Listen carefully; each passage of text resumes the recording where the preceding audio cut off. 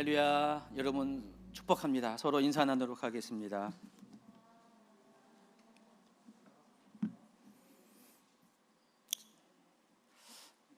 자, 최 목사님은 이제 금요일 날 저녁 때 왔는데 좀 몸이 좀 이렇게 회복이 덜 돼서 오늘까지는 제가 이제 말씀을 전하도록 하겠습니다. 대신 조기에 앉아 있으니까 예, 조기를 보시기 바랍니다. 자, 오늘 말씀은 사도행전 15장 28절과 29절 그리고 고린도후서 3장 17절 말씀입니다.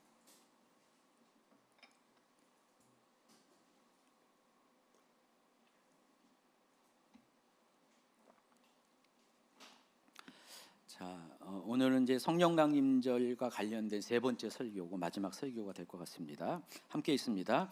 성령과 우리는 이 요긴한 것들 외에는 아무 짐도 너희에게 지우지 아니하는 것이 옳은 줄 알았으노니 우상의 제물과 피와 목매어 죽인 것과 음행을 멀리할지니라. 이에 스스로 상가면 잘되리라. 평안함을 원하노라 하였더라. 고린도후서 3장 17절입니다. 주는 영이시니 주의 영이 계신 곳에는 자유가 있느니라. 아멘. 여러분, 시간이 갈수록 사람들이 모이는 곳에는 갈등과 분쟁이 발생합니다. 특히 이념적 갈등은 갈수록 심각해집니다. 전 세계적인 현상이며 또 우리나라 또한 예외가 아닙니다. 그런데 이제 이 일이 교회 밖의 문제만이 아니라 교회 안에서도 동일한 현상이 발생합니다. 지난 몇 년간 교회 안에는요, 외부적인 영향이 그대로 흡수가 되면서 많은 사건들이 있었어요. 서로 나누어지고 서로 분쟁하고 서로 미워하고 이런 일들이 참 많았습니다. 뭐 은혜가 있는 교회라고 예외는 아니고요, 또 주임직 교회도 그런 일들이 종종 있었습니다. 모두가 동일한 하나님을 믿고 예수님을 주로 섬기고 따르면서도 왜 이렇게 서로에게 다툼이 있고 서로에 대해서 이해하지 못하는 또 극단적 자기 주장들이 있는지 참 이렇게 아이러니한 일이 많이 있습니다. 심지어 또 자기 주장 때문에 고집 때문에 관계의 단절까지 이르는 상황도 종종 발생합니다. 물론 세상이 이렇게 종말을 가까이 갈수록 이런 현상들은 당연스럽게 자연스럽게 일어날 수밖에 없습니다. 그러나 그럼에도 불구하고 교회는 그러지 말아야 됩니다. 세상은 사랑이 식어져도 교회는 마지막 끝까지 서로 사랑해야 됩니다. 이것이 믿는 자의 정체성이고 마땅히 할 도리인 것 같습니다. 자, 그렇다면 이 같은 시대적 흐름을 역류할 수 있는 삶을 과연 우리가 어떻게 살 수 있을까? 이런 능력을 어디에서 찾을 수 있을까? 그 해답도 성령님 안에서 우리가 답을 찾을 수가 있습니다. 오늘 지난 2주간 설교해온 이 성령 강림절과 관련된 세 번째 설교라고 말씀드렸는데, 또 마침 제가 의도하지 않았는데 오늘 설교 본문이 오늘 큐티 본문과 동일한 본문이에요. 그래서 더욱 의미 있게 다가옵니다. 사도 바나바와 바울이 제1차 전도 여행을 마치고 안디옥 교회에 귀환합니다. 그리고 얼마 후 발생한 일입니다. 유대로부터 어떤 사람들이 내려와 구원은 믿음으로만 받는 것이 아니라 모세의 법대로 할례를 받지 않으면 구원을 받지 못한다라는 가르침을 전하게 됩니다. 이로 인해서 이제 이방인 선도가 대다수인 안디옥 교회에 큰 혼란에 빠졌습니다. 그래서 이 바나바와 바울 그리고 그 같은 가르침을 전하는 사람들 사이에 다툼과 변론이 일어나게 됩니다. 오늘 본문이 속한 이 사도행전 15장은 그 일을 소개하는 것으로부터 시작합니다. 한번 같이 1, 2절을 읽도록 하겠습니다. 어떤 사람들이 유대로부터 내려와서 형제들을 가르치되 너희가 모세의 법대로 할례를 받지 아니하면 능히 구원을 받지 못하리라 하니 바울 및 바나바와 그들 사이에 적지 아니한 다툼과 변론이 일어난지라. 자, 이 같은 다툼이 일어난 이유가 여기 빨간색으로 제가 하이라이트 친 것처럼 모세의 법대로 할례를 받지 아니하면 능히 구원을 받지 못한다라는 주장을 했기 때문에 그렇습니다. 여러분, 할례를 받는다는 것은 그것으로 끝나는 것이 아니라 할례는 모세의 율법을 지키는 것을 대표하는 것이에요. 상징적으로 설명하는 거고, 결국은 이방인 또한 유대인들처럼 할례는 물론이고 모세의 율법 전체를 지켜야 한다는 주장을 한 것입니다.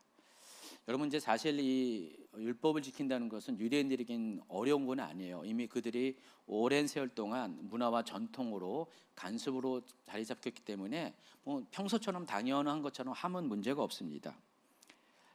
실제로 유대인이면서 기독교인이 된 사람들도 조율도 지키면서 안식일을 지키고요. 또 음식 규정도 지키고 정결례도 다 하면서 평소대로 그들은 구약에서 성경에서 그들이 읽고 있는 성경에서 요구한 모든 율법의 사항들을 여전히 충실히 지키고 있었습니다.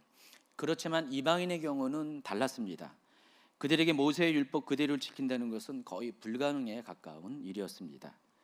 더욱이 이제 지금까지 이방인 성도들은요, 이방 종교의 그 억압 가운데 살았어요. 여러분 이 기독교 또 구약의 그들이 이제 바라보는 여호와 신앙은 자기들이 믿고 있던 그 이방 신에 비하면은 상당히 윤리적이고 인격적인 그런 종교였습니다. 여러분 이방 종교들은 대부분 신이 굉장히 폭력적이에요. 그리고 강압적입니다. 그냥 제가 늘 얘기하지만은 잘해야 본전입니다. 잘해야 본전일 정도로 그냥 신에게 이방 종교의 신에게 잘 보이려고 만약에 잘못 보이면은 해라도 끼치지 않을까봐 잘 보이려고 하는 그런 식의 종교가 대부분이었습니다. 결국은 이제 포로처럼 이렇게 노예처럼 억눌리고 삶을 살고 있었는데 복음 안에서 비로소 자유를 찾은 거예요.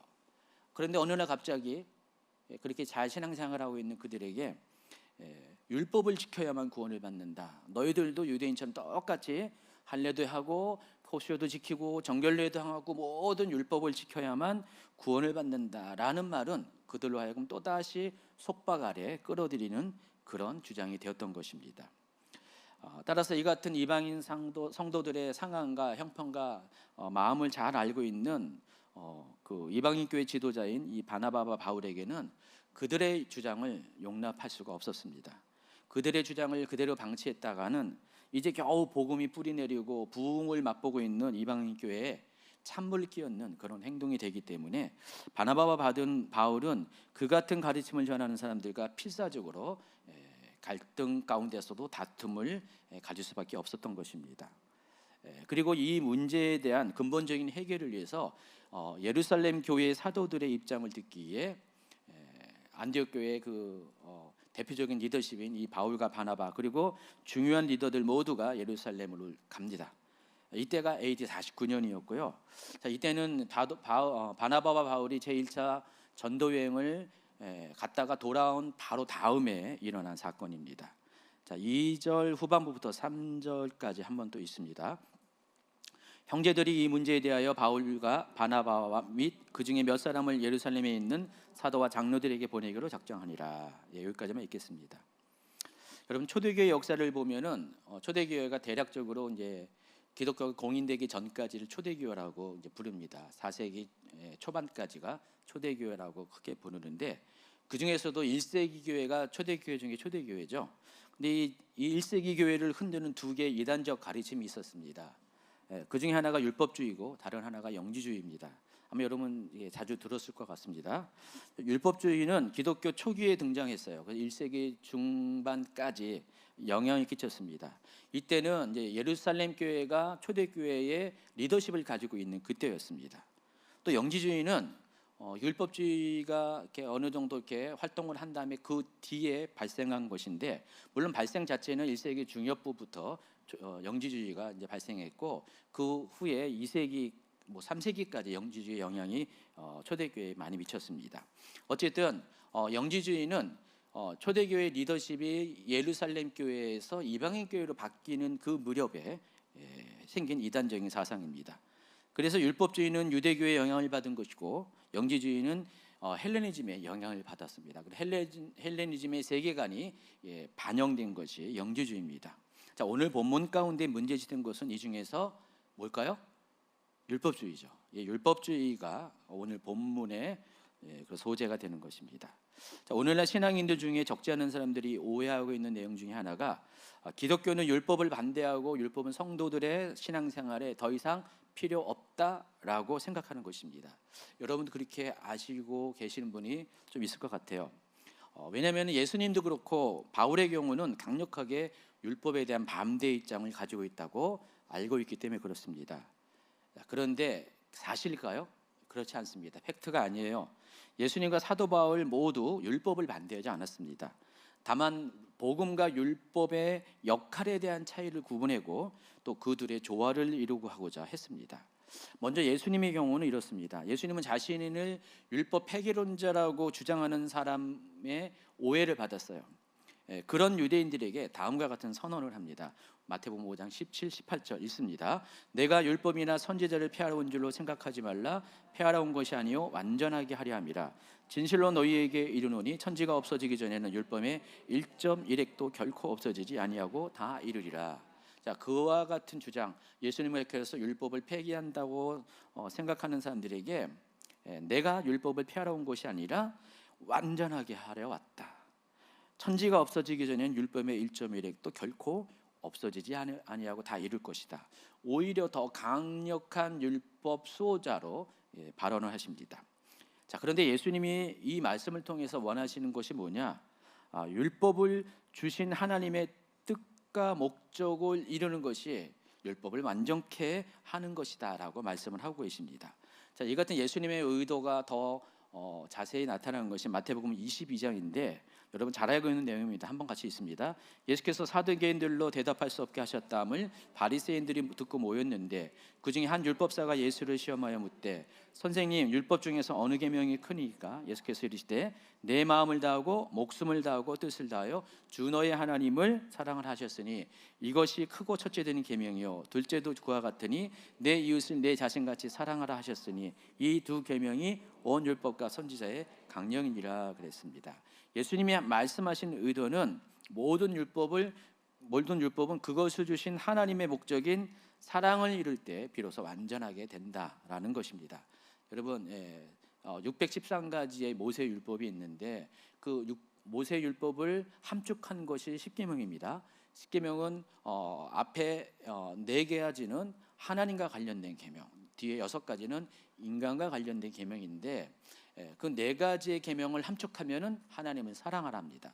또 6가지 인간과 관련된 것을 함축하면은 내 이웃을 내 몸과 같이 사랑하랍니다. 결국은 사랑이라는 하나의 단어 안에 율법을 주신 목표가 결정이 되어 있습니다. 여러분 하나님께서 왜 율법을 주셨습니까? 여러분을 사랑하기 때문에 또 율법을 주신 이유는 그걸 통해서 하나님을 사랑하고 이웃을 사랑하도록 하기 위해서 율법을 주셨습니다. 따라서 우리가 율법을 행하되 사랑을 가지고 사랑의 동기로 사랑하는 마음을 가지고 율법을 행하면은 그 사람은 완전한 사람이 된다는 것입니다. 행위에 있어서 완전한 사람이 된다는 것입니다. 이번에는 사도 바울의 경우입니다. 사람들은 흔히 이제 사도 바울의 서신 중에 가장 먼저 기록된 이 갈라디아서에 대해서 또 많은 오해를 갖고 있습니다. 여러분 갈라디아서가 사도 바울이 이제 기록한 확실한 것은 13개, 또 히브리서가 이제 사도 바울의 저작이라고 추정을 하죠. 14개까지 되죠. 근데 사도 바울이 한 20년 가까이 이 서신들을 기록해서 저작을 남깁니다. 근데 제일 먼저 기록된 것이 갈라디아서인데요. 갈라디아서는요 AD 50년에서 52년 사이에 기록된 최초의 저작입니다. 근데 이 갈라디아서는요 아주 많이 강조된 게 있어요.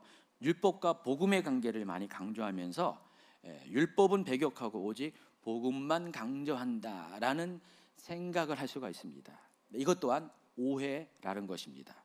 물론 갈라디아서의 적지 않은 표현 중에서 그와 같은 오해를 불러일으킬 만한 것들이 있어요. 뭐 가령 다음과 같은 구절이 있습니다. 한번 이것도 읽어볼까요? 갈라디아서 4장 10절 11절 너희가 날과 달과 절기와 해를 삼가 지키니 내가 너희를 위하여 수고한 것이 헛될까 두려워하노라.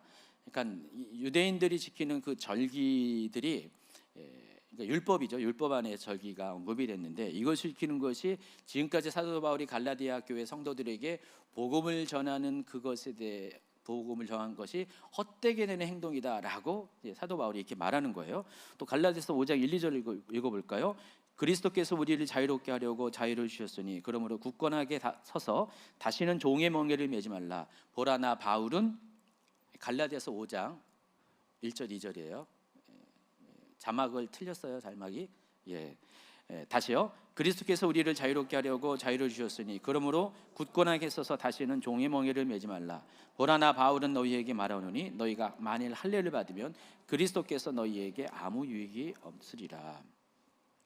만약에 할례를 받으면은 지금까지 전한 그 예수 그리스도의 복음이 아무런 유익이 없다라는 이야기를 합니다. 자, 이것만 딱 보면은 사도 바울은 율법은 다 필요 없고 오직 복음만이 필요한다라고 충분히 생각을 할 수가 있습니다. 자, 그렇지만은 사도 바울이 이와 같은 말을 하게 된 배경에 대해서 주목해 보면은요, 사도 바울의 의도가 결국 그것이 아니라는 것을 알 수가 있습니다. 여러분, 갈라디아서는 말씀드린 것처럼 사도 바울이 제2차 전도 여행 중에 AD 50년에서 52년 사이에 고린도에서 한 18개월 동안 머물렀거든요. 그때 이제 갈라디아 교회에 대한 소식을 듣고 이 편지를 쓴 겁니다. 또 갈라디아 교회는 어떤 교회냐면은 사도 바울이 바나바와 함께 1차 전도 여행을 AD 47년에서 48년 동안 2년 가까이 이제 떠났는데, 그때 이 갈라디아 지방의 교회들을 다니면서 복음을 전했어요.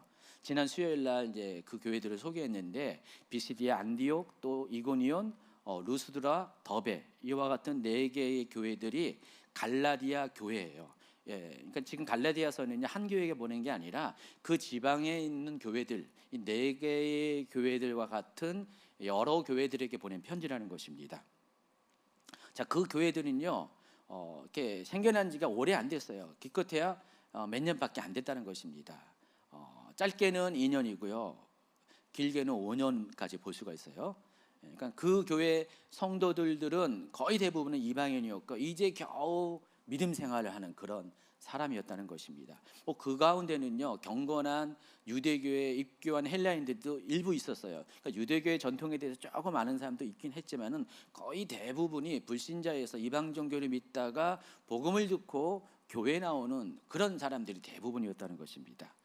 그러니까 아직 영적으로 어리고요, 여러모로 성경적인 배경도 약한 그런 사람이었다는 것입니다. 여러분, 우리 주임제 교회도요, 올해 교회 다닌 분들도 있지만은 뭐 이제 교회 나온 지 몇 년 안 된 분도 있잖아요. 그렇죠? 보통 5년 안쪽에 교회 다니시는 분들은요, 아직은 좀 성장하는 과정 가운데 있잖아요. 물론 뭐 5년 정도가 되면은 집사가 되기도 해요. 그 직분도 받기도 해요. 그런데 그럼에도 불구하고 아직은 좀 영적으로 내가 스스로가 성장했다라고 생각하지 않은 분들이 많이 있을 것 같습니다. 자, 갈라디아 교회가 이제 그런 교회였습니다.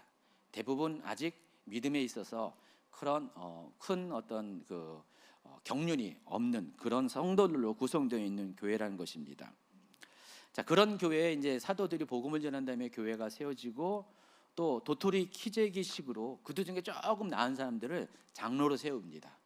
그때 당시 장로는 오늘날의 장로와 달리 목회자를 의미하는데, 아직 초신자인 사람들 중에서 조금 괜찮은 사람에게 목회를 맡기고 사도 바울이 떠났습니다.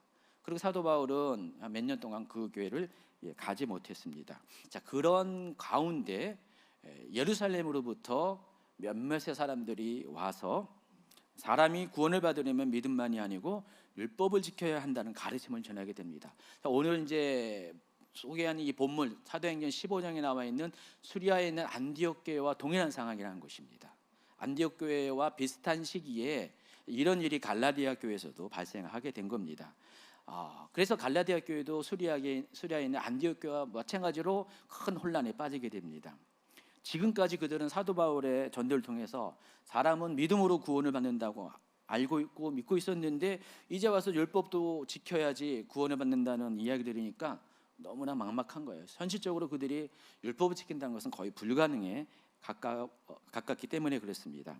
그래서 이 같은 상황을 전해드린 사도 바울은 유대로부터 오는 그 사람들의 가르침이 잘못된 거짓 가르침인 것을 밝히고, 다시 한번 구원은 믿음으로 받는 것임을 강조하기 위해서 기록한 것이 갈라디아서입니다. 갈라디아서의 기록 목적이에요. 그래서 그런 목적 때문에, 그런 배경 때문에 유독 갈라디아서에서는요, 이 신칭의 믿음을 많이 아주 강조합니다. 당연히 율법은 이에 비해서 지키지 말아야 된다는 뉘앙스로 들리게 된다는 것입니다. 그런데 여기에서 한 가지 큰 오해가 있는 겁니다. 그렇다고 해서 사도 바울이 율법을 배격하거나 폐기하고자 하는 것은 절대로 아니라는 사실입니다. 사도 바울은 율법 자체에 문제를 제기한 것은 아니에요. 율법 자체가 문제가 있는 것이 아니라 율법을 대하는 사람들의 태도에 대해서 문제를 지적하는 것입니다. 여러분, 율법은 하나님께서 우리를 사랑하기 때문에 또 하나님의 사랑하는 법을 지키게 하기 위해서 주신 것이 율법이라고 말씀드렸죠, 서두에서. 그래서 하나님이 주신 율법 자체가 나쁜 건 아니에요. 하나님이 주신 건 다 선한 것이에요. 그러니까 율법을 지키는 것 자체도 잘못된 것은 아니라는 것입니다. 갈라디아 4장 10절에서 언급한 절기 지키는 것도 잘못된 것은 아니에요. 이 모든 것은 하나님의 뜻 안에 속해 있다는 것입니다. 사도 바울조차도 유대인이 된 후에 이신칭의 복음을 이야기하면서 사도 바울도 똑같이 이와 같은 전통들을 율례대로 그대로 준수했습니다. 그런 사도 바울이 율법을 제약시한다는 것은 말이 되는 것이 아니라는 것입니다. 사도 바울이 문제 삼은 것은 율법을 준수하는 행위 자체가 아니라 율법을 지킴으로 구원을 받는다는 그 주장입니다. 이걸 가리켜서 율법주의라고 합니다. 여러분, 율법과 율법주의에 대한 구분이 명확하게 되어야 한다는 것입니다. 율법주의는 나쁜 것이에요. 그러나 율법은 선한 것입니다. 그래서 구원은 오직 예수 그리스도를 믿는 믿음으로 받는 것인데, 구원을 받기 위해서 율법의 행위도 같이 지켜야 한다는 것이 율법주의고, 사도 바울은 이와 같은 거짓된 가르침을 배격하고자 갈라디아서를 기록했다는 것입니다. 그리고 갈라디아서가 AD 50에서 52년 사이에 기록됐다고 그랬죠. 사도 바울의 최초의 서신이라고 그랬죠. 조금 지나서 쓰여진 것이 로마서입니다. 로마서는 AD 57년에서 58년 사이에 기록이 되었습니다. 로마서에서 사도 바울은 율법의 역할에 대해서 다음과 같이 이야기합니다. 로마서 3장 20절입니다. 같이 있습니다. 그러므로 율법의 행위로 그의 앞에 의롭다 하심을 얻은 육체가 없나니 율법으로는 죄를 깨달음이라. 사도 바울은 율법의 역할을 가리켜서 죄를 깨닫는 것이다 라고 설명을 합니다. 여러분, 갈라디아서와 로마서는 똑같이 이신칭의 복음에 대해서 강조를 합니다. 그런데 갈라디아서는 내용이 6장까지밖에 없고요. 또 로마서는 16장까지 있잖아요. 내용적으로 로마서가 더 많고 시기적으로 후대에 기록된 거기 때문에 갈라디아서보다는 더 정리되고 또 보완된 내용들을 기록하고 있습니다. 자, 그러다 보니까 그럼 갈라디아서는 약 다소 구침적인 복음과 율법에 관한 이야기를 했다면은 로마서는 그것에 대해서 더 안정적인 가르침을 전하고 있습니다. 그래서 사도 바울은 로마서에 이르러서 율법의 역할을 가리켜서 죄를 깨닫는 것이다라고 이야기합니다. 실은 이 부분에 대해서 갈라디아서에도 비슷한 표현을 했어요. 갈라디아서 3장 24절에 보니까 한번 같이 있습니다. 이같이 율법이 우리를 그리스도께로 인도하는 초등교사가 되어 우리로 하여금 믿음으로 말미암아 의롭다함을 얻게 하려 함이라. 믿음이 온 후로는 우리가 초등교사 아래 있지 아니하도다 그랬습니다. 그러면 율법의 역할을 여기서도 설명하고 있어요. 율법의 역할을 가리켜서 초등교사, 옛날 번역은 몽학선생이라고 번역하는데, 초등교사의 역할은 어떤 것이냐면은 아직 유아기에 있는 어린아이들을 길을 인도하고 또 아주 낮은 수준의 교육까지 맡아 하는 신부적으로 노예들을 가리킵니다. 이 노예들이 그런 역할을 했어요. 보모 역할을 했는데, 그렇지만은 이 나이가 어느 정도 되면은요, 이제 초등학교 나이가 되면은 자기가 이렇게 케어했던 그 어린아이는 어린아이가 아니라 뭐예요? 상전이 되죠. 섬기는 주인이 됩니다. 그래서 더 이상 초등교사가 그들에게는 영향을 끼칠 수가 없어요. 그냥 아직 유학이 있을 때만 필요한 존재라는 것입니다. 마치 율법이 그와 같다는 것입니다. 믿음이 오기 전까지 율법은 그와 같은 역할을 한다는 것입니다. 그래서 믿음에 이르기까지의 길을 안내하는 게 율법이라는 것입니다. 만약에 여러분 율법이 없으면 죄를 알지 못해요. 이게 죄인지 이게 하나님 뜻인지 몰라요. 근데 율법이 그와 같은 것을 깨닫게 하고 그 깨닫는 것을 통해서 믿음으로 반응하게 한다는 것입니다. 그런데 이제 갈라디아 교회가 믿음으로 구원을 받았음에도 불구하고 또다시 율법이 아니라 율법주의에 영향을 받아서 그 가르침에 현혹돼서 율법을 통해서 구원을 받는다라는 생각을 하는 것은 또다시 초등 학문으로 돌아가는 어리석은 행동이라는 것으로 사도 바울은 지금 이야기한다는 것입니다. 여러분, 믿음으로 어렵다 하는 얻은 사람들은 이제 초등교사에 불과한 율법의 단계를 뛰어넘어야 됩니다.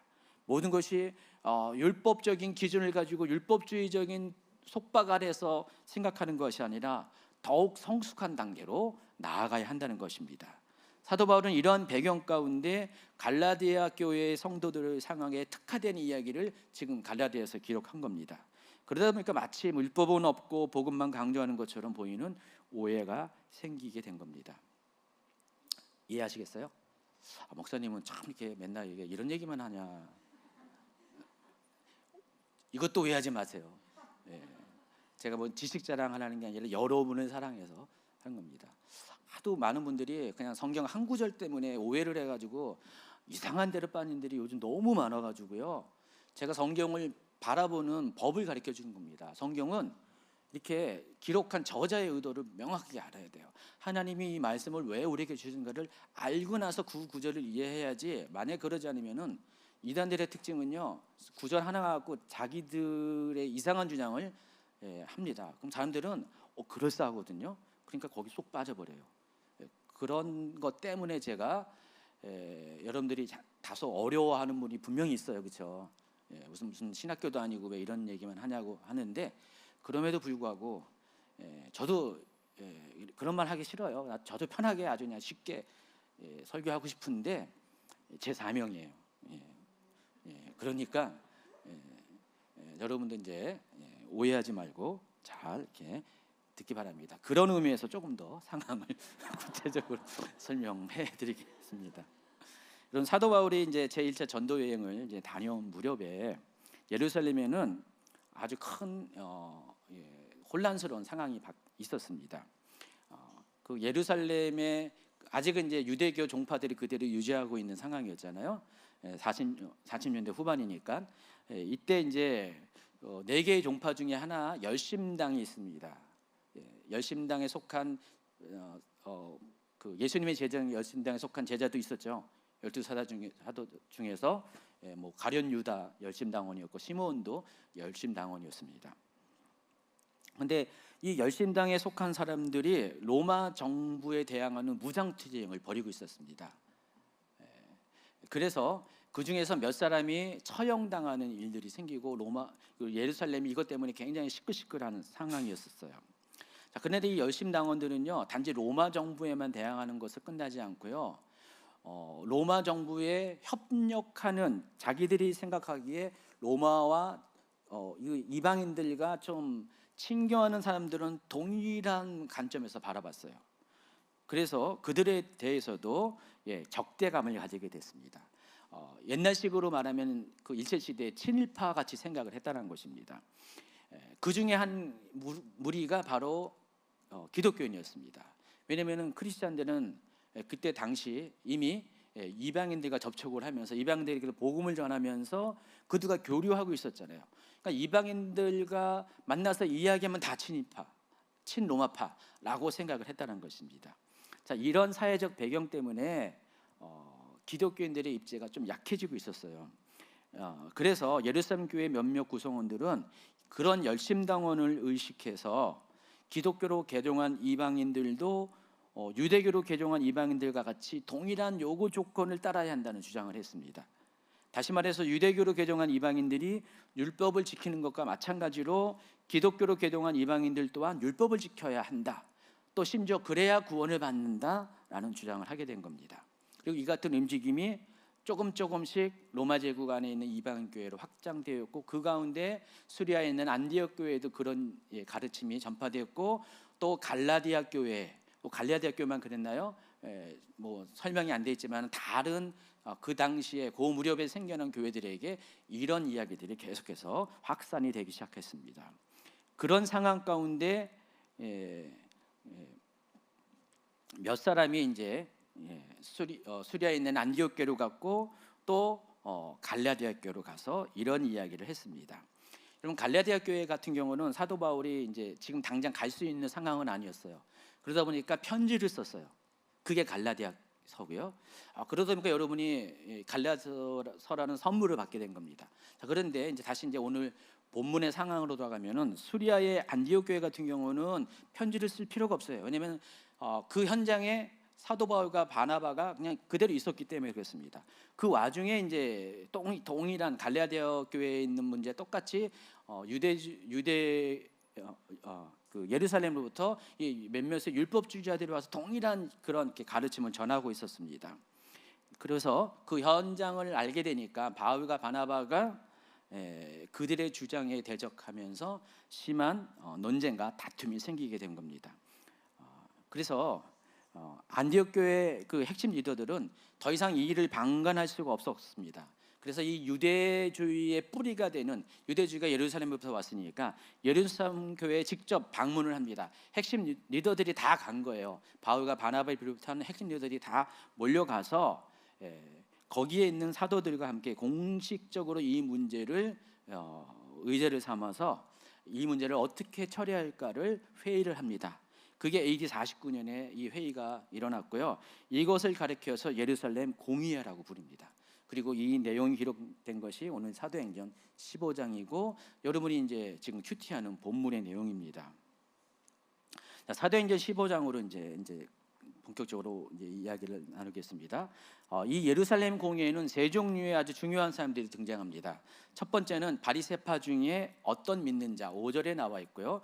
또 사도 베드로, 사도 야고보. 자, 이 세 종류의 사람들은 이 회의 가운데 주장을 펼치는 자기 이야기를 한 세 종류의 사람입니다. 물론 바울과 바나바도 이야기하지만은 그들은 이제 보고자의 입장에서 이야기한 거고요. 자, 이 일을 판단하는 사람이 세 사람이었다는 것입니다.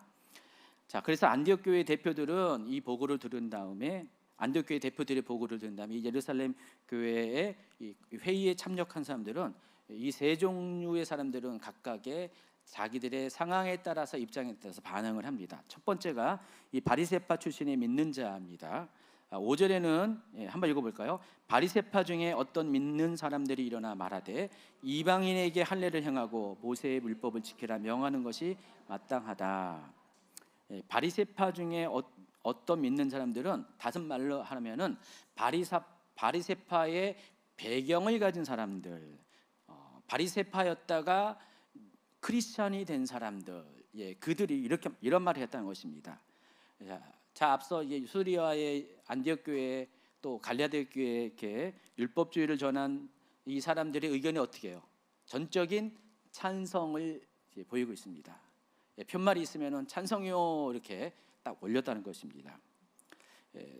당시 예루살렘 교회 구성원 가운데 다양한 배경을 가진 사람들이 있는데 유대계 4개의 종파 그대로 배경한 사람이 다 그대로 교회 안에 들어갔습니다. 그래서 여러분 사도행전 초반부를 보면은요 허대한 제사장의 무리가 베드로의 설교를 듣고 기독교에 들어왔죠.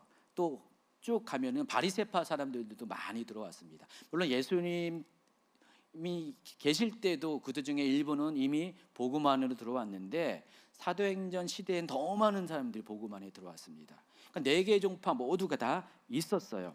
근데 이들은요 각각의 다양한 배경을 갖고 있었기 때문에 어떤 특별한 주제에 대해서 자기들이 갖고 있는 배경에 따라서 관점들이 달라요. 조금씩 다 다르다는 것입니다. 그래서 복음을 이해하는 관점도 조금씩 달랐습니다. 특히 바리새파 출신 중에는 율법에 대해서 아주 중요하게 여긴 사람들이 꽤 있었습니다. 여러분 사도 바울도 바리새파에 속했죠. 자기 자신에 대해서 고백하면서 뭐라고 했어요? 자기 자신은 바리새인 중에 바리새인이라고 했습니다. 극단적인 바리새인이라고 이야기했어요. 그 정도도 사도 바울도 이제 바리새파의 아주 핵심 중에 핵심이었는데 사도 바울의 경우는요 다메섹으로 가는 길에서 예수님을 만나는 아주 특별한 체험이 있었어요. 그리고 사도 바울은 이방인 복음 전도를 이미 2년 동안 다녀왔잖아요. 그 모든 것을 겪고 난 다음에 바리새파적인 생각을 유지할 수가 없었습니다. 그래서 심지어 이 모든 것을 배설물로 여긴다는 선언까지 해버렸습니다. 그러나 다른 바리새파 출신의 성도들은 바울과는 달랐다는 것입니다. 그들은 여전히 유대교적 전통을 고수하였고 전혀 불편하지 않았습니다. 당연히 그것이 익숙하다 보니까 이방인의 관점에서 이것을 바라보지는 못하고요, 자신들의 입장에서 이 사건을 바라봅니다. 그리고 오늘 본문과 같은 반응을 하게 된 겁니다. 자기들은 전혀 문제가 되지 않으니까 왜 못 지키지? 아마 이런 거입니다. 자, 두 번째가 이제 사도 베드로입니다. 베드로는 또 어떤 입장이었냐면은, 베드로는요 이미 이제 사마리아와 가이사랴에서 이방인들에게 복음이 전파되는 현장을 경험했어요. 특히 여러분 고넬료 사건을 보면은요, 그런 완전한 이방이잖아요. 로마 또 군대 백부장이었잖아요. 그와 함께한 많은 이방인들이 성령을 받는 장면을 경험했습니다. 그것 때문에 문제가 되니까 또 예루살렘에 있는 사도들에게 이것들을 보고하면서 또 이 부분에 대해서 사도들의 동의까지 얻어냈습니다. 그렇기 때문에 사도 베드로의 입장에서는요, 앞서 바리새파 출신의 입장에 동의가 할 수 없었어요. 그래서 사도행전 15장 17절 이하 쭉 볼까요? 많은 변론이 있은 후에 베드로가 일어나 말하되, 11절이 이제 결론인데 한번 읽어볼까요? 그러나 우리는 그들이 우리와 동일하게 주 예수의 은혜로 구원받은 줄을 믿노라 하니라. 사도 베드로의 입장은 뭡니까? 반대입니다. 율법주의에 의해서 이방인들도 율법을 다 지켜야지 구원을 받는다는 입장에 나는 반대입니다. 그러면서 구원은 오직 예수 그리스도의 은혜로 받게 되는 것을 명백하게 천명을 합니다. 자, 이번에는 사도 야고보의 입장입니다. 15장 13절, 말을 마침에 야고보가 대답하여 이르되, 형제들아 내 말을 들으라. 19절 이하입니다. 같이 있습니다. 그러므로 내 의견에는 이방인 중에서 하나님께로 돌아오는 자들을 괴롭게 하지 말고 다만 우상의 더러운 것과 음행과 목매 죽인 것과 피를 멀리하라고 편지하는 것이 옳으니, 이는 예로부터 각 성에서 모세를 전하는 자가 있어 안식일마다 회당에서 그 글을 읽음이라 하더라. 여기에 등장하는 야고보는 예수님의 12제자 중에 속한 사람이 아닙니다. 예수님의 제자 중에서 2명의 야고보가 있었죠. 앞서 한 명의 야고보가 사도 요한의 형제 야고보가 순교를 했고요. 또 다른 야고보가 있습니다.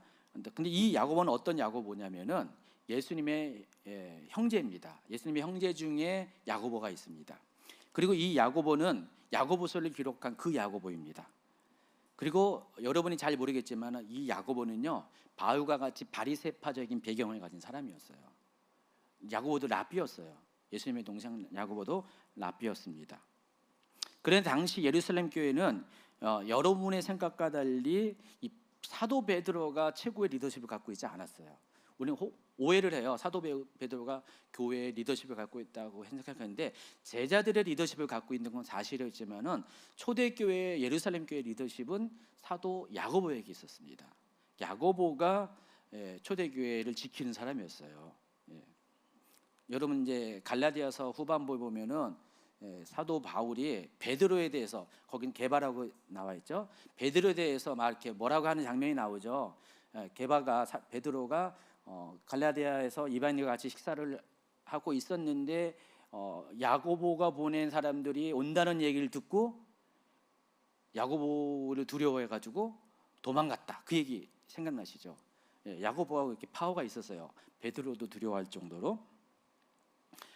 당시 이제 그 야고보가 그런 입장에 있었기 때문에 예루살렘 공의회를 주도하는 의장의 역할을 하고 있었어요. 이 회의에 리더십을 갖고 있었습니다. 많은 토론이 있었고, 앞서 설명한 것처럼 바리새파 출신 사람들은 찬성한다, 베드로는 반대한다라는 주장이 있었습니다. 그리고 이제 야고보가 이 모든 논의를 마치는 최종적인 제안을 하게 됩니다. 야고보는 절충안을 제안했습니다. 이방인 중에서 하나님께로 돌아오는 자들에게 모든 율법을 준수하게 하지 말고, 어려우니까 그것은 괴롭게 하는 것이니까 단 4가지만 준수하면은 그들도 구원을 받는 것에는 문제가 없다라고 우리가 결정하자라고 한 것이, 그 내용이 우상의 더러운 것, 우상 숭배하지 말라, 음행하지 말라, 목매의 중교과 피를 피하자, 요 4가지만 지키면 이방인들도 믿음으로 구원을 받는다라는 것에 우리 모두가 동의하자, 이런 결정을 했다라는 것입니다. 자, 이 같은 야고보의 절충안은요, 결과적으로 모두의 입장을 충족시킵니다. 그래서 그들은 예루살렘 공의회 결정사항을 안디옥 교회에 전달하기 위해서 바울과 바나바를 다시 이제 그쪽으로 보내면서 추가적으로 예루살렘 교회를 대표하는 두 명의 인물을 보냅니다. 그 사람이 유다와 실라입니다. 그리고 그들이 공식 문건으로 편지를 기록합니다. 공문을 작성한 거예요. 그 내용이 오늘 이제 본문이에요. 다시 한번 그 본문 내용을 읽도록 하겠습니다. 시작. 성령과 우리는 이 요긴한 것들 외에는 아무 짐도 너희에게 지우지 아니하는 것이 옳은 줄 알았노니. 읽기 싫어요? 안 떴어요? 예, 지금 떴어요. 다시 한번 읽겠습니다. 시작. 성령과 우리는 이 요긴한 것들 외에는 아무 짐도 너희에게 지우지 아니하는 것이 옳은 줄 알았노니 우상의 제물과 피와 목매어 죽인 것과 음행을 멀리할지니라. 이에 스스로 상가면 잘되리라. 평안함을 원하노라 하였더라. 좀 이해가 되겠죠? 예, 많이 이해가 되겠죠? 예. 하여간 해마다 이해는 해야 되고요.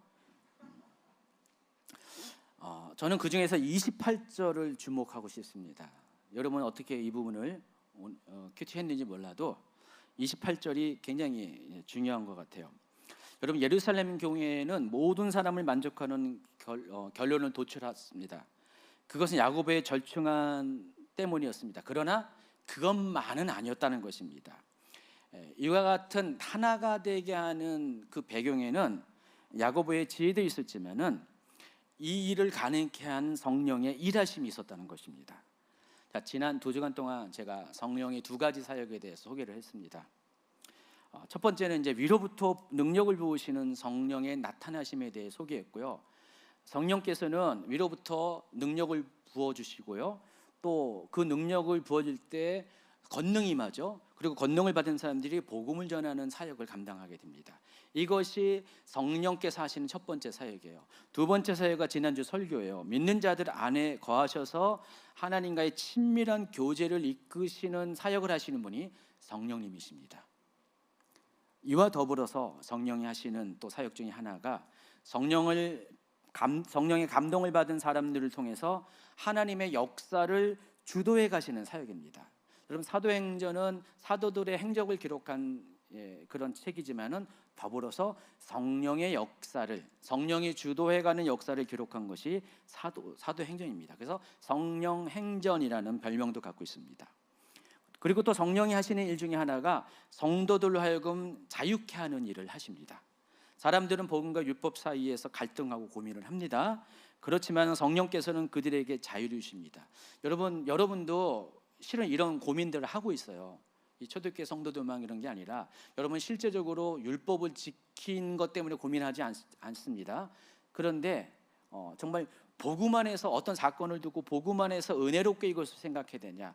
아니다. 이것은 규칙은 규칙이다. 공동체를 지키기 위해서는 그냥 이거는 그렇게 편의를 제공해서는 안 된다. 이런 것들이 여러분 크고 작은 일들이 늘 겪어내잖아요. 특히 이제 저 같은 이제 교회 리더십은요, 어떤 교회의 어떤 지체들의 어떤 행동에 따라서 사람들 입장이 다 달라요.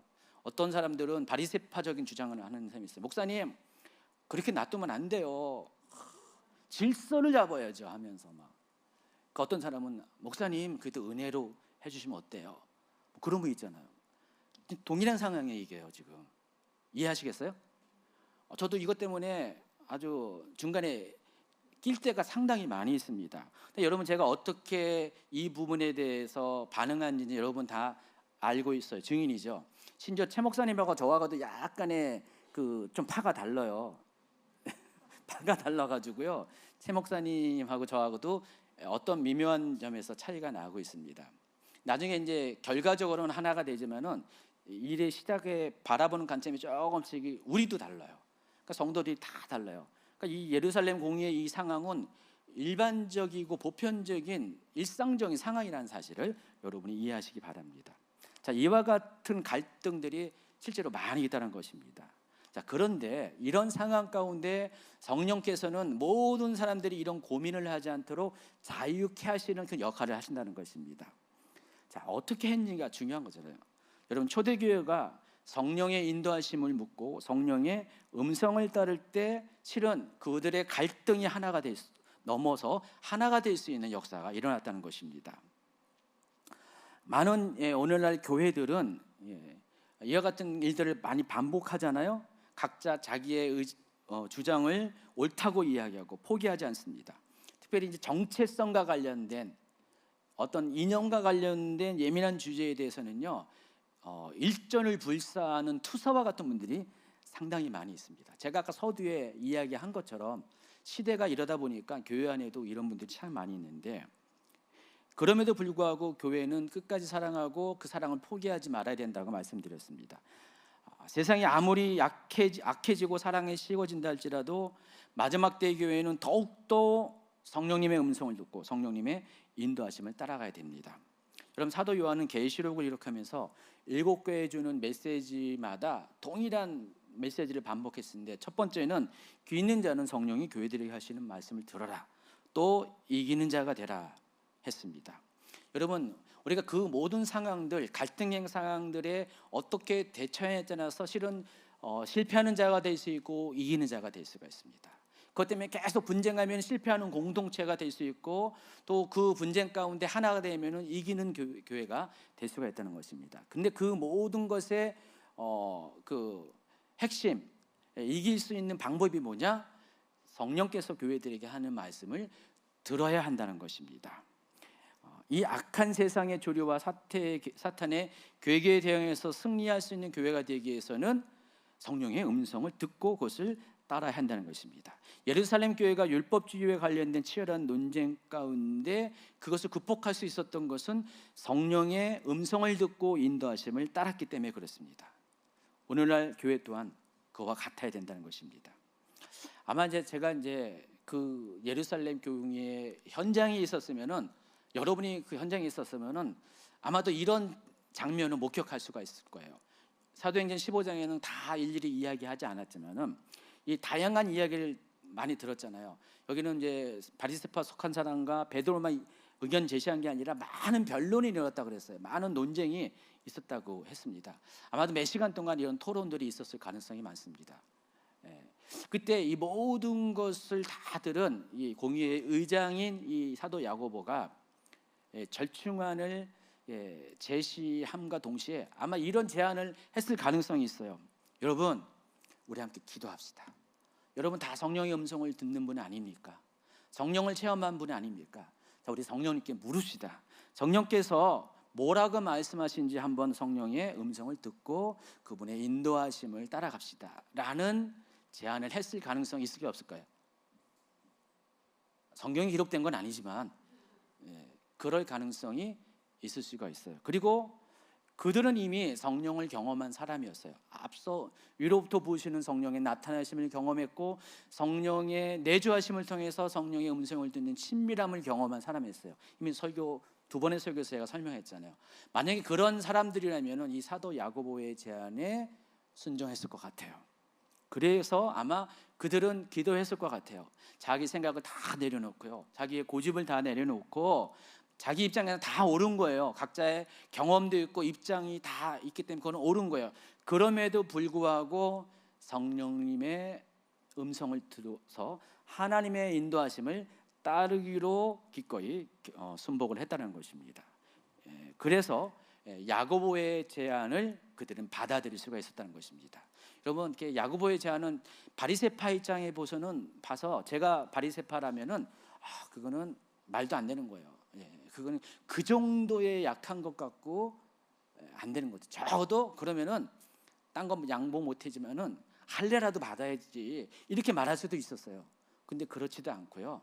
정말 이렇게 이방인들도 어쩌면은 싫어하는 네 가지 가장 보편적인 하나님의 성품과 하나님의 뜻과 반대되는 아주 가장 기본 중에 기본 네 가지만 지켜도 된다는 얘기하니까 그동안 그 613가지의 율법은 다 날아가 버리고 겨우 그거 하나 얻으려고 이렇게 토론하는 거 아니잖아요. 근데 그럼에도 불구하고 바리새파는 그 네 가지 조항을 담은 절충함을 받아들였다는 것입니다. 그 받아들이는 배경에는 그들 또한 성령의 인도하심에 대해서 순종을 했기 때문에 이런 일이 가능했다는 것입니다. 그들은 한 마음으로 성령의 감동을 받았고 야고보의 제안을 받아들였다는 것입니다. 오늘날의 교회도 제가 권합니다. 이러한 방식을 따라야 됩니다. 오늘날도 많은 분쟁이 있고 서로의 의견이 있어요. 개인 간의 의사결정도 다 다르잖아요. 심지어 가족 안에서도 이야기가 다른데 여러분 각자의 의견은 충분히 청취하시기 바랍니다. 그러지만은 마지막에는요 성령님의 인도하심을 구하는 결정을 내려야 한다는 것입니다. 그리고 성령의 인도하심을 통해서 내려진 결정은 어느 누구도 토를 다지 말고 한 마음으로 순복을 해야 한다는 것입니다. 오늘 또 다른 본문이 고린도후서 3장 17절입니다. 주는 영이시니 주의 영이 계신 곳에는 자유가 있느니라. 여기서 주의 영은 성령을 가리키고요, 성령이 계신 곳에는 자유가 있다라는 이야기입니다. 왜냐하면 성령의 감동과 인도하심을 따르고자 한다면은 실은 우리 앞에 놓여진 모든 갈등들이 풀어지는, 해결되는 그런 놀라운 열매가 맺어지기 때문에 그렇습니다. 왜 주의 영이 계세는 감동이 있는, 자유가 있는지 고린도후서 3장 17절 앞에 있는 내용들을 한번 살펴보도록 하겠습니다. 여러분 얼마 남지 않았어요. 이제 한 페이지밖에 안 남았습니다. 쉬운 성경으로, 부담될까 봐 쉬운 성경으로 읽도록 하겠습니다. 한번 같이 읽어볼까요? 우리는 이스라엘 자손이 자기 얼굴의 광채가 사라져가는 것을 똑바로 쳐다보지 못하게 하려고 자기 얼굴에 수건을 덮은 모세처럼 하지 않습니다. 그러나 이스라엘 자손들의 마음이 둔해진 까닭에 오늘날까지도 옛 언약을 읽을 때 수건을 그대로 쓰고 있습니다. 이 수건이 아직까지 벗겨지지 않는 것은 이것이 오직 그리스도 안에서만 벗겨질 수 있기 때문입니다. 오늘날까지도 이스라엘 자손들이 모세의 글을 읽을 때 그들의 마음에는 수건이 덮여 있습니다.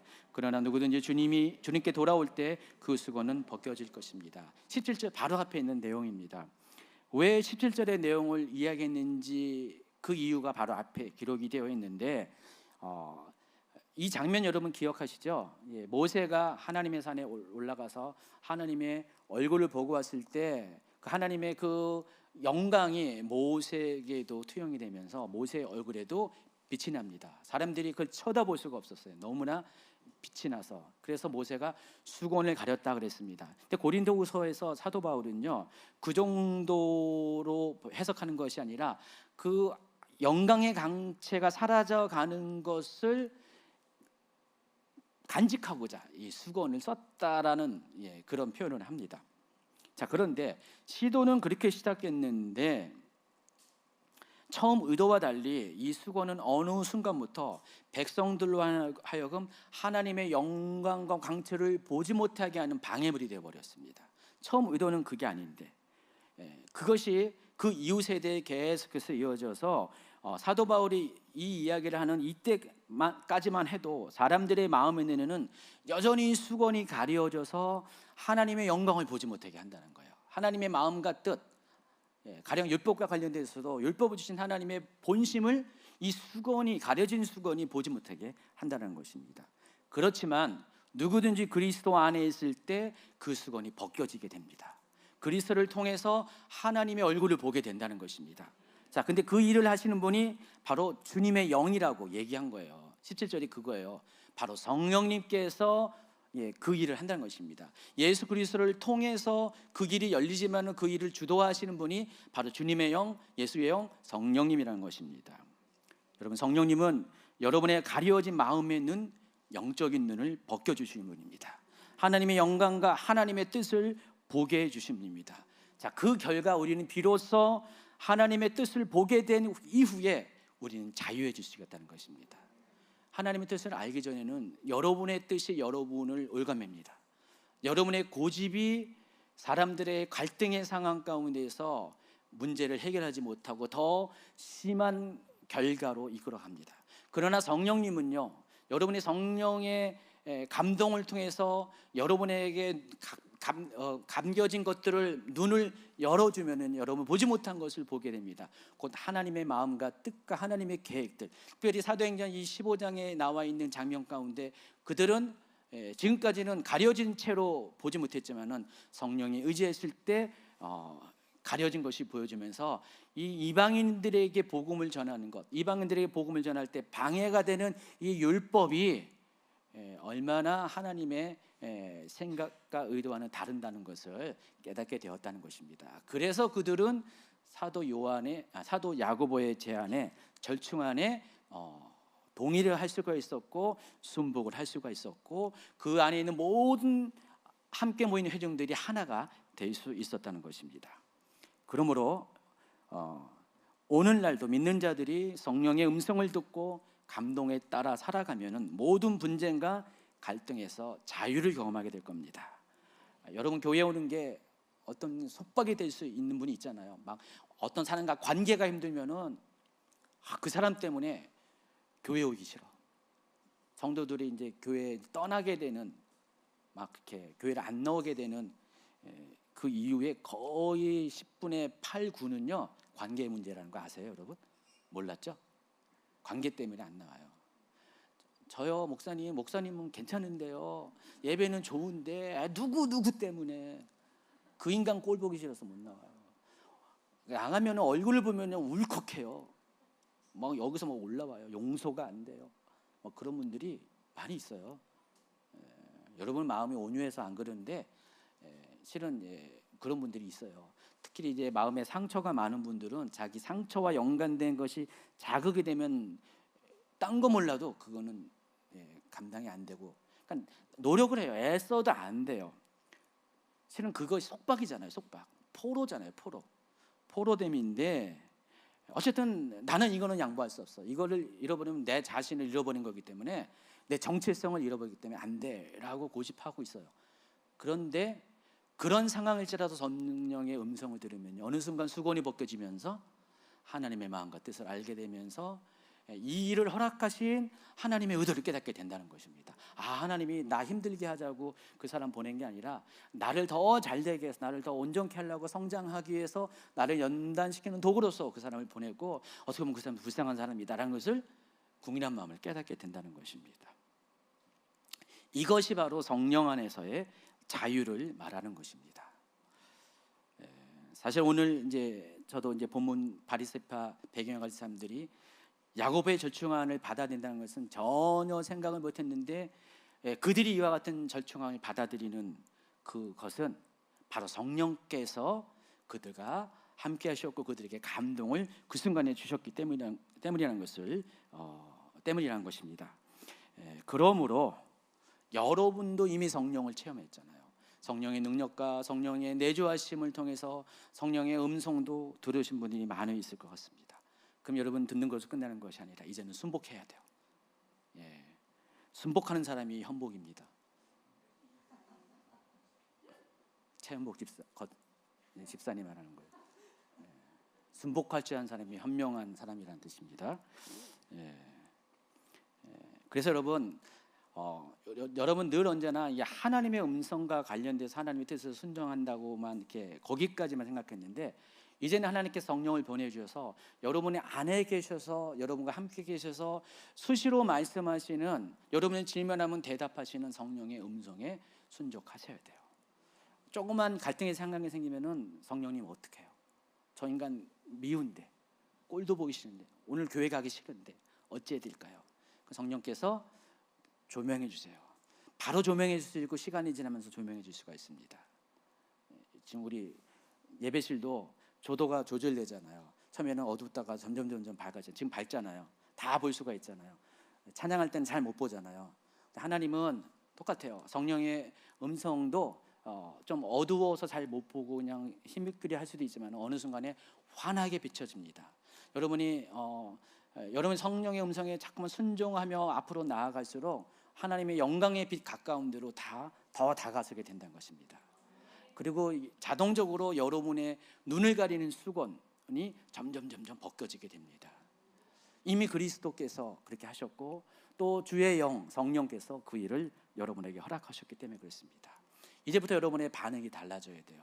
여러분의 어떤 상황 가운데 하나됨을 방해하는 모든 것들에서 그런 상황에 닥칠 때 여러분 성령께 의탁하세요. 성령님 도와주세요. 어찌해야 됩니까? 내 행할 바를 가르쳐 주세요. 내가 어떻게 말해야 됩니까? 내 마음을 인도해 달라고 할 때 성령님께서는 여러분 마음을 변화시킬 것입니다. 그리고 보지 못한 것들을 보게 하실 것입니다. 그리고 하나님의 뜻을 알게 되면 여러분 자연적으로 순종할 수밖에 없게 된다는 것입니다. 이것이 성령이 하시는 일이에요. 성령의 세 번째 사역이라고 말씀을 드릴 수가 있습니다. 성령은 모든 사람을 하나 되게 하십니다. 성령을 모든 사람을 자유케 하십니다. 그래서 주의 영이 계신 곳에는 모든 사람의 갈등과 분란 가운데서, 분쟁 가운데서 자유가 일어나게 됩니다. 그런 축복을 성령 안에서 누리는 여러분이 되기를 예수님으로 축원합니다. 기도합니다.